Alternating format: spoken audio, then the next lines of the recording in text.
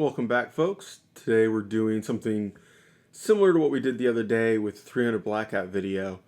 Today we're talking about 6.5 calibers, specifically 6.5 Creedmoor and 6.5 Grendel, because I watched a video, or at least I got through a few minutes of a video the other day that some people who absolutely know better, and if you figure out from a few other things I say which video I'm talking about, this is not a hit on them or anything like that. They were making a video and they said some things that were less than 100% accurate, but it wasn't really critical to their video, and they probably just didn't even think about it on the fly. It was just one of those things that gets said.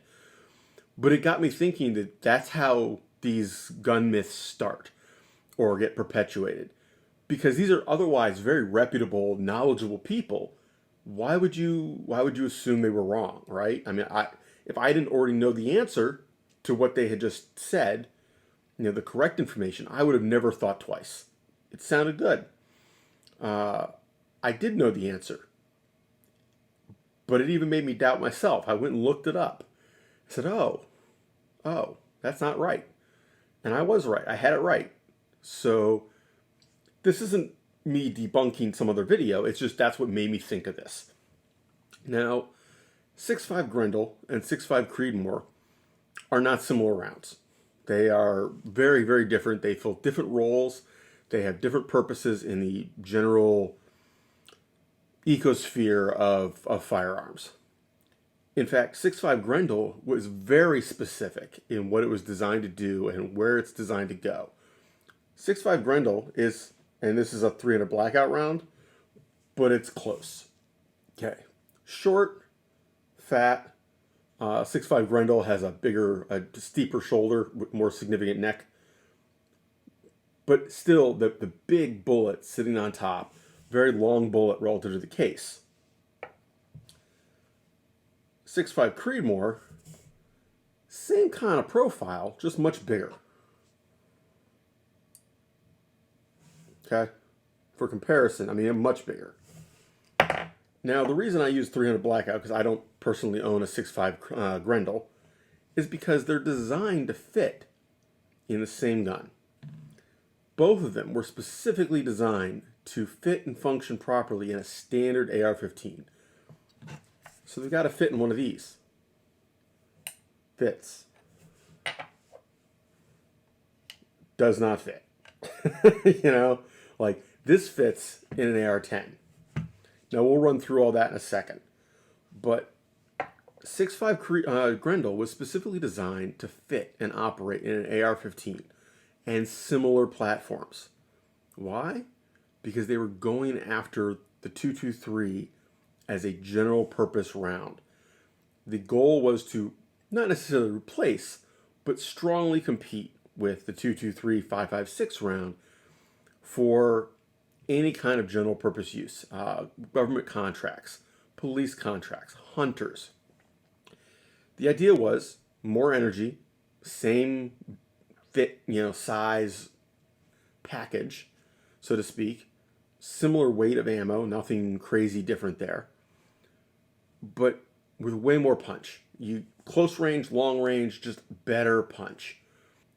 The 5.56 round is very minimal. The media likes to portray it as a super powerful gun. It's basically the pussycat of the centerfire world. 300 blackout improves that. 6.5 Grendel improves that. What they sacrifice is the arc, the ballistic arc. They both have more drop. Now, 6.5 Grendel has less so than 300 blackout. It's a lighter bullet, longer bullet length, so a higher ballistic coefficient, holds onto that energy better, faster through the air. Now, I'm going to run through these out of order and then we'll come back to it, but the main things that 6.5 Grendel does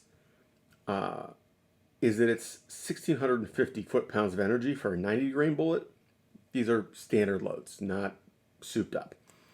Or 1,942, give or take a little, for 120 grain bullets. Now, it's like 1,890 or something for a 123. That's a common Hornady hunting load.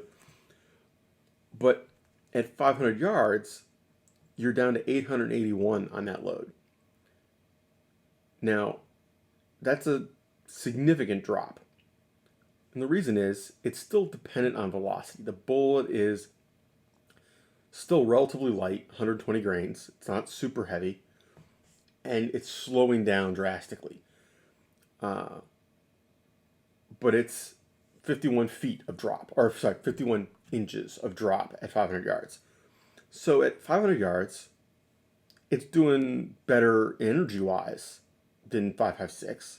I don't have the numbers handy for 5.56, but way less than that. Way less than that. But the drop is significantly higher. Now, is that livable? Absolutely. 6.5 Grendel is absolutely superior mid-sized game hunting round over 5.56. There's no question. For military purposes, it's a little less clear, but I would still say it has advantages and wins out there just on the ballistics. I think it's a great round. I personally don't have a whole lot of use for one, so I don't own one. But I think that within its niche, it's an excellent round. However, what it is not is 6.5 Creedmoor. 6.5 Creedmoor is what happens when 6.5 Grendel grows up.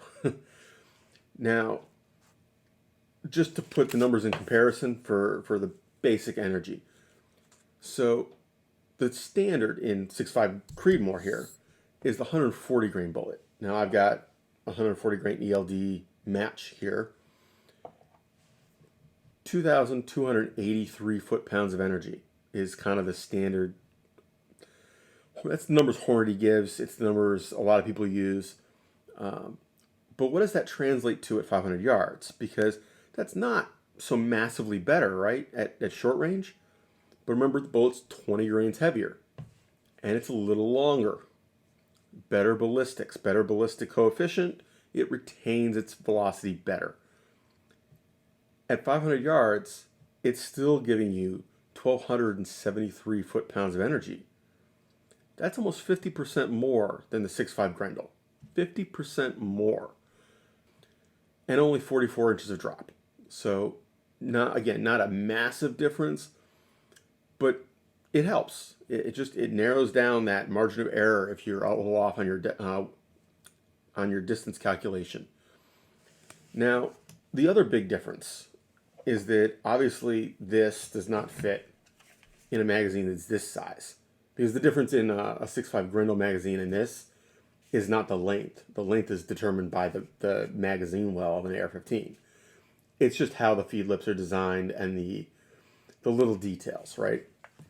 Instead, it has to fit in one of these, and this is just a 5-rounder. But significantly longer and not a lot fatter, but just a different design.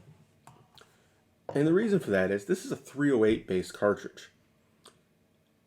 For all intents and purposes, it's not quite. But it's a 308 family cartridge in the sense that it fits in 308 magazines. It fits on a 308 bolt face, so it's a standard bolt face for AR-10. It's a barrel swap. Same bolt, same magazines. Don't have to change an extractor or an ejector or anything else. You swap barrels. And that makes it really easy to buy an upper or build an upper, because the only thing you have to do is put in a different barrel when you build it. It's still compatible with all the other accessories. Your rails are all the same. You're not changing in the internal mechanics of the rifle. So, thank you for watching. Take care, folks. Have fun, stay safe, and keep shooting. And remember to go vote. Election is coming up real quick. Early voting has already started in most places.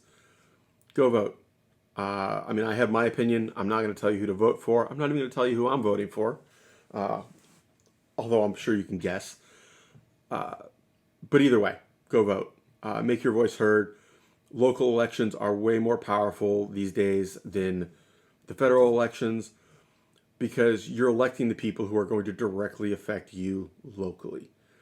And in time, they become the people who affect us federally. So, talk to you later. Have fun. Go vote. All that jazz. See ya. Say hi. Oof. Oof. Oof.